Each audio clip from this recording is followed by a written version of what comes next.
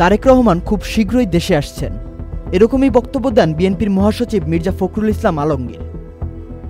শহীদ president Ziaur রহমানের দল বিএনপির বর্তমান ভারপ্রাপ্ত চেয়ারম্যান ও তার পুত্র তারেক রহমান ১/১১-র সময় যুক্তরাজ্যে পাড়ি জমান তিনি। ফ্যাসিস্ট হাসিনার কারণে দীর্ঘদিন দেশে আসতে পারেননি, তবে এখন সময় বদলেছে। তারেক রহমানের আসার খবরে নেট দুনিয়ায় ছেয়ে গেছে দলের নেতাকর্মীদের আবেগঘন স্ট্যাটাস।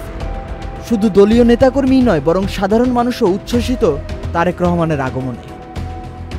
নেটিজেনেরা তারেক রহমানের আগমনের খবরে যেমন প্রশংসার জোয়ারে ভাসাচ্ছেন তাকে, তেমনি তার বাবা শহীদ প্রেসিডেন্ট জিয়াউর রহমানের সময়ের কর্মকাণ্ডের কথা স্মরণ করিয়ে দিয়ে তার বাবার পদাঙ্ক অনুসরণ করতে বলছেন। ২০০৭ সালে তত্ত্বাবধায়ক সরকারের আমলে খালেদা জিয়া, তারেক রহমান ও আরাফাত রহমান গ্রেফতার হন।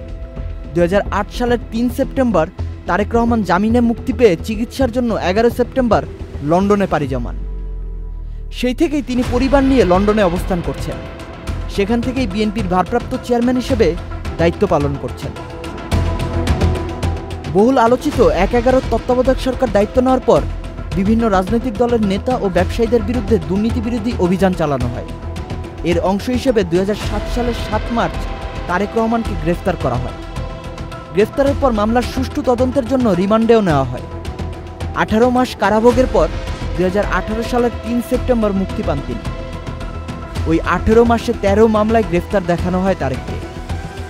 ১৩ মামলায় ধাপে ধাপে তাকে জামিন দেওয়া হয়।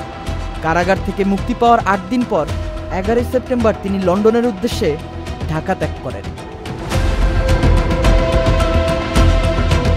সম্প্রতি গুলশানে বিএনপি চেয়ারপারসনের কার্যালয়ে সাংবাদিকদের এক প্রশ্নের জবাবে বিএনপি মহাসচিব মির্জা ফখরুল জানিয়েছেন, তারেক রহমান শিগগিরই দেশে ফিরছেন। তারেক রহমান কবে দেশে ফিরবেন তা মির্জা ফখরুল ইসলাম না বললেও একটি সূত্র মতে আগামী ৫ আগস্টের আগেই তারেক রহমান বাংলাদেশে আসবেন। আগস্ট বিপ্লবের বর্ষপূর্তি উদযাপন করবেন দেশের মাটিতে।